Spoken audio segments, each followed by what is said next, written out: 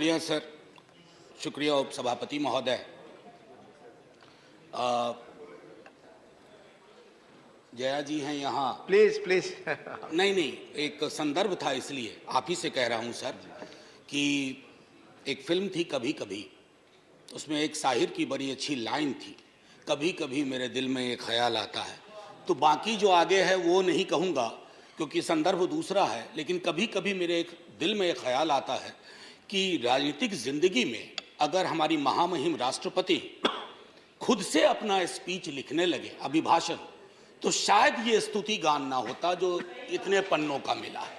अब ये कब होगा सर? ये हमेशा से होता रहा होगा, लेकिन कई चीजें जो हमेशा से होती रही हैं वो अच्छी हो ये आवश्यक नहीं है। क्यों सर? क्योंकि जमीन की हकीकत और अभिभाषण के तथ्य मेल नहीं खाते हैं सर, और ये चिंता का विषय है। मसलन मैं शुरुआत करूं एक छोटी सी चीज से। पैरा 2 कहता है स्थिर सरकार। अरे समाज अस्थिर है तो स्थिर सरकार का क्या करें? उस ऑर्केस्ट्रा में जाकर के हम भी गाना गाएं? समाज में अस्थिरता के लक्षण जहां चले जाइए, क्षेत्रीय आधार पर, धर्म के आधार पर, जातिगत विषमता के आधार पर इतनी अस्थिरता है और हम स्थिर सरकार का महिमा मंडन करें? सर, स्थिर सरकार वो होती है जो समाज में अस्थिरता पैदा ना होने दे। यहां उल्टा मामला है, ये चिंता का विषय है। इसकी अभिव्यक्ति माननीय राष्ट्रपति महोदया के अभिभाषण में नहीं होती है। सर, 370 का जिक्र आया। 370 के जिक्र को मैं, धन्यवाद सभापति महोदय, 370 के जिक्र को मैं थोड़ा चाहता हूं कि एक व्यापक कैनवास पे लें। आजकल ऑथेंटिकेशन की बहुत बात होती है सर, मैं पूरी की पूरी किताब लेके आया हूं, कश्मीर आफ्टर 370, अनुराधा भसीन जी ने लिखी है, कश्मीर टाइम्स की एडिटर रही हैं। सर, लगातार खबरें आ रही हैं, आप कहते हैं कि नॉर्मैलिसी है। सर, दिल्ली के दरबार से नॉर्मैलिसी बोलना और कश्मीर में जाकर के उस नॉर्मैलिसी को महसूस करना, इसमें बहुत बड़ा फर्क है सर। महीनों से वहां बुलडोजर चलाए जा रहे हैं, कहा जा रहा है सरकारी जमीन से अतिक्रमण हट रहा, लेकिन सर लोगों के घर तोड़े जा रहे हैं बिना नोटिस के। मैं बार बार कहता हूं माननीय सभापति महोदय आपके माध्यम से, सर कश्मीर को जमीन का टुकड़ा ना समझा जाए। जिंदा लोग बसते हैं, जब तक कश्मीरियों का दिल नहीं जीतोगे, कश्मीर का दिल कभी नहीं जीत पाओगे, चाहे आप लाख कोशिश कर लें। सर, भ्रष्टाचार के बारे में भी कहा गया, तो सर मैं तो सोच के आया था कि ऐसी कोई बात ही नहीं बोलूंगा। अचानक आपको देखा और आप आए, बीच में प्रवेश की, कहानी याद आई। एक राजा को तोतों का बड़ा शौक था, कारोबारी तोते रखते थे राजा साहब, तोते का बड़ा शौक था। नहीं, आप बताइए, मुझे देखते ही आपको भ्रष्टाचार की क्यों याद आ गई? नहीं सर, भ्रष्टाचार की नहीं, राजा की याद आ गई। इसको क्लैरिफाई कीजिए। सर, राजा की याद आई।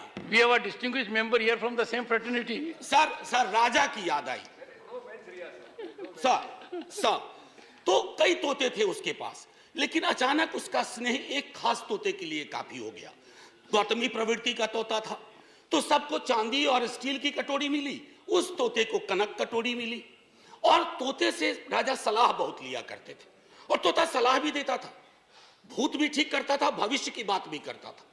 एक दिन उस तोते के बारे में कोई अनुसंधान आ गया पड़ोस से। उस अनुसंधान के बाद तोता थोड़ा बीमार रहने लगा। अब उस बीमार तोते की वजह से राजा ने भी खाना पीना छोड़ दिया, लेकिन उस तोते का एक और भाई था जो विनोदी स्वभाव का था। अब उसने फूल नाम की एक कंपनी और एक हाँ बैंक हुआ करता था, हाँ बैंक के 48,000 करोड़ उस तोते ने 1303 करोड़ में केमन आइलैंड पे दे दिया। ये प्राचीन काल की बात है। तो तोता और राजा की कहानी में पिक्चर अभी बाकी है, शेष अगले अंक में, संभवतः बजट में। सर, राष्ट्रपति के अभिभाषण पर विशुद्ध राजनीतिकरण होता है, राजनीतिकरण होनी भी चाहिए, लेकिन सर 2018 से लेकर अब तक जब अभिभाषण में आप कंटेंट एनालिसिस करो तो 43 बार 2014 का जिक्र होता है। सर, इतना तो 1947 का जिक्र नहीं होता जब हम आजाद हुए थे। 2014, ये कौन से इतिहास की समझ विकसित कर रहे हैं कि 2014 से पूर्व इस देश में अंधेरा था और 24 में अगर कुछ और हो गया तो देश में सन्नाटा हो जाएगा। सर, शून्य और सन्नाटे के बीच में सर दे दीजिए, मेरा समय सर, ले सकते हैं। सर, मैं माननीय सभापति महोदय, टॉलरेंस 1952 में बाबू राजेंद्र प्रसाद, एक बड़ा दिलचस्प किस्सा है कि 2014 की खासियत क्या है। I was elected to parliament in 89। तो एक second, let's be little decorous. हाँ, be little decorous. These snipe swords should not be there. They don't give any dignity to anyone in the house. So we started a decade in 90s. So we used to have MPs, ex-MPs. But there was a new breed during 90s, ex-MPs, AXED. They couldn't complete their term. Ninth Lok Sabha was there. Then thereafter we had that situation when we had Indra Kumar Gujral ji, SD Devgowda ji, and also Atal Bihari Vajpayee ji for 2 terms. So that particular phase of 30 years where the country had coalition governance came to an end in 2014. That was the reason. Sir, एक second, sir, Jairam जी, अच्छा, I said AXED. Sir, माननीय सभापति महोदय, मेरे वक्त वैसे भी हम लोगों का अच्छा वक्त नहीं चल रहा है, तो मेरे वक्त में 2 मिनट का इजाफा कर दीजिएगा। एक स्पीकर हमारे और होंगे, संभव उनका कट जाएगा। सर प्लीज, मैं क्यों कह रहा था, आप मेरे भावार्थ को नहीं समझे। 2014 सर, इतिहास बोध 2014 से नहीं होगा, फिर क्या कहेंगे 47 में। हम पहली आजादी की वर्षगांठ हमने 48 में मनाई थी सर, तब तक बापू को खो चुके थे। हाँ, आज 75वें वर्ष में इस तथाकथित अमृतकाल में मैं ये देख रहा हूं कि गांधी की हत्या करने वालों का महिमा मंडन हो जाता है। ये भी है, ये है, इसके लिए 2014 चिंता का विषय था। और कोई नहीं, प्रधानमंत्री डेमोक्रेटिकली इलेक्टेड हुए, कौन विरोध करेगा। लेकिन डेमोक्रेसी में कई एनोमलीज आ रही हैं, विसंगतियां आ रही हैं, उनका जिक्र ना करूं तो पार्लियामेंट फिर किस बात की। सर,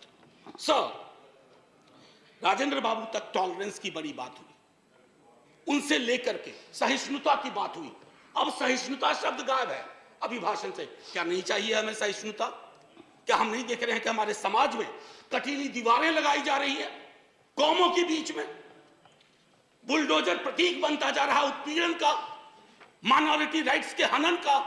ऐसे दौर में सर, ऐसे दौर में टॉलरेंस शब्द का बार बार उठान होना, बयान होना यह आवश्यक था। टॉलरेंस शब्द को दूर करके you are appearing basically as an intolerant government which is not in the grain of Indian democracy. Agniveer का जिक्र हुआ सर। अग्निवीर, कभी युवाओं से पूछिए कि पूरी जिंदगी जो तुम ये तैयारी कर रहे हो सिर्फ 4 वर्ष के लिए। सर हम सब, मैं नौकरी में हूं सर, मैं नौकरी में हूं, इसलिए सामाजिक सुरक्षा पेंशन की गारंटी है सर, गारंटी है। ये कौन सा निजाम कर रहे हैं सर इस देश में। मैं जिक्र नहीं करना चाहता हूं कि ये क्या है, ये तो लॉलीपॉप भी नहीं है, ये जहरीला फल है जो समाज में है। कभी उन युवाओं से पूछिएगा कि उनको ये 4 वर्ष वाले आइडिया का वो क्या सोचते हैं। सर, लगातार फॉरेन पॉलिसी पर भी मैं देख रहा हूं अभिभाषण चुप सा होता जा रहा है। फॉरेन पॉलिसी पर बात नहीं होती। सेना की सुप्रीम कमांडर है हमारी राष्ट्रपति जी। सेना के सुप्रीम कमांडर को क्या यह अंदेशा नहीं है कि चाइना के बॉर्डर पर हालात उचित नहीं है। मैं माननीय रक्षा मंत्री के बयानों को सुनता हूं तो चिंता होती है, लेकिन डिनायल है, डेलिबरेट डिनायल है सरकार की तरफ से। एक पड़ोसी के लिए तो लाल आंख निकाल देते हैं, दूसरे पड़ोसी के नाम पर आप चुप हो जाते हैं। Honorable member, security is a very sensitive subject, and you are a professor. We expect such a subject to be taken up very seriously, and let it not be usual discourse. Go ahead. Sir, I am a student of political science and history. In 1962, when India was at war with China, we had debated that in this parliament. So national security, definition of national security is not the core prerogative of the ruling party. We are equally concerned. और मैं तो कहूंगा कि तराजू उठा लो ना भाई, आविष्कार करवा लो किसके अंदर कितना पेट्रियोटिज्म है, पता चल जाएगा हकीकत क्या है और फसाना क्या है, अफसाना क्या है। ये मैं कहना चाहता था। लगातार बीते वर्षों में अगर मैं कहूं, फिलिस्तीन का जिक्र हुआ करता था। हमारे सारे प्रेसिडेंट वाजपेयी जी के टाइम तक फिलिस्तीन पे चुप हो गए। काहे को? क्या वजह है? क्या हम अपनी विदेश नीति में ये ताकत नहीं पैदा कर सकते कि oppressed community anywhere is will shall have our concern? कितना बदल गए हम सर। मैं जानता हूं हिंदुस्तान के नजरिए से देखिए, लेकिन हिंदुस्तान की नजर मत बदलवाइए। जो 47 में नींव रखी गई थी, उस नींव को मत हिलाइए। उस नींव को हिला दीजिएगा तो पार्लियामेंट की बिल्डिंग भी ढा ढा के गिर जाएगी। ये चिंता का विषय है सर। जुडिशियरी, उसके बारे में भी जिक्र था। जुडिशियरी पर आजकल मैं देख रहा हूं 2 चम्मच सुबह 2 चम्मच शाम के हिसाब से बयान आते रहते हैं सरकार की ओर से। साहब, हम सब जानते हैं कि जुडिशियरी में रिप्रेजेंटेशन होना चाहिए। हमारा दल, राष्ट्रीय जनता दल, और हमारे नेता लगातार कहते रहे कि वंचित समाज SC ST OBC का जब तक प्रतिनिधित्व नहीं होगा, न्यायपालिका और न्यायालय दूर रहेंगे हमसे। लेकिन सर, मामला बेसिक स्ट्रक्चर पर आ गया और बयान ऐसे आ रहे हैं जिनको न मौलिक की समझ न संरचना की समझ। बेसिक स्ट्रक्चर पर मैं तो और किसी को नहीं कहूंगा, आप आडवाणी जी को देख लीजिए, उनको पढ़ लीजिए, पता चल जाएगा। माननीय प्रेसिडेंट साहिबा के बयान में जातिगत बहुत बातें हुई, SC ST OBC। सर, पूरे देश में एक लहर चल रही है जातिगत जनगणना की। आपके भी लोग अब बोलने लगे हैं, सत्ता पक्ष के। सर, मैं 12वें मिनट पे खत्म कर दूंगा, हालांकि 2 मिनट आपको जोड़ना भी था सर, माफी के साथ। मैं सिर्फ ये कहना चाहूंगा सर कि जातिगत जनगणना के लिए सरकार, आपका कोई नुकसान नहीं होगा। मैं आपको यकीन दिलाता हूं, थोड़ा फायदा होगा। हकीकत देखिए कौन कहां खड़ा है, इसलिए बिहार में हम सर्वेक्षण करवा रहे हैं। प्रेरणा लीजिए ताकि जिनका हक, जो वंचित रहे हैं।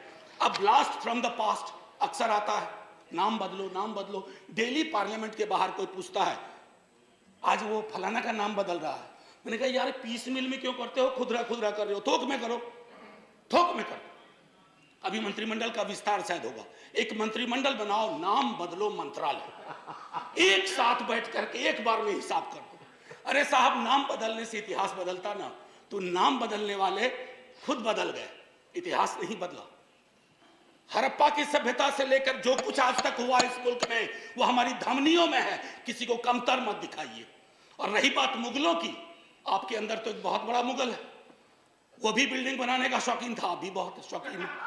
खैर, एनीवे सर, मैं आखिरी टिप्पणी ये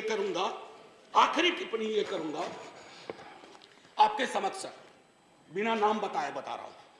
हम सबल केंद्र चाहते हैं, लेकिन केंद्र की सबलता संविधान से आती है, किसी दल के सत्ता पर एक अधिकार से नहीं आती। यदि केंद्र का व्यवहार न्यायपूर्ण नहीं रहा, यदि दलगत आधार पर प्रदेशों के साथ भेदभाव या पक्षपात किया गया, तो प्रदेशों में केंद्र विरोधी भावनाएं जन्म लेंगी। मैं नहीं सर, अटल जी 74 का भाषण। बस सर, आखिरी, कुछ मित्रों ने इसे अनावश्यक कर्मकांड, यानी इस बहस को कर्मकांड का, मुझे तो यह सारा दृश्य प्रहसन सा प्रतीत होता है। राष्ट्रपति का अभिभाषण ही नहीं, इस पर होने वाली यह चर्चा करने वाला यह सदन, यह संसद कुछ अर्थों में बेमानी, व्यर्थ, जनजीवन से कटा हुआ। मैं नहीं, अटल जी, ये हमारे लिए आईना होना चाहिए। सर, आखिरी सर, एक जय हिंद तो बोलने दीजिए सर, जय हिंद बोल देने दीजिए, 2 मिनट मेरा जोड़ना भी है आपका। सर, मैं सिर्फ ये कहूंगा, जय हिंद बोलने से पहले सर, ये अवसर होते हैं सदन में जितने लोग हैं, मैं सबका शुक्रिया अदा करता हूं, लेकिन लोकतंत्र नहीं बचेगा ना सर, तो सिर्फ अगर तंत्र बच गया तो कुछ बचेगा नहीं। जय हिंद सर, शुक्रिया बहुत बहुत। और आपके मन में कभी कभी ख्याल आता है, वो बाकी चेंबर में बताइए। जी सर।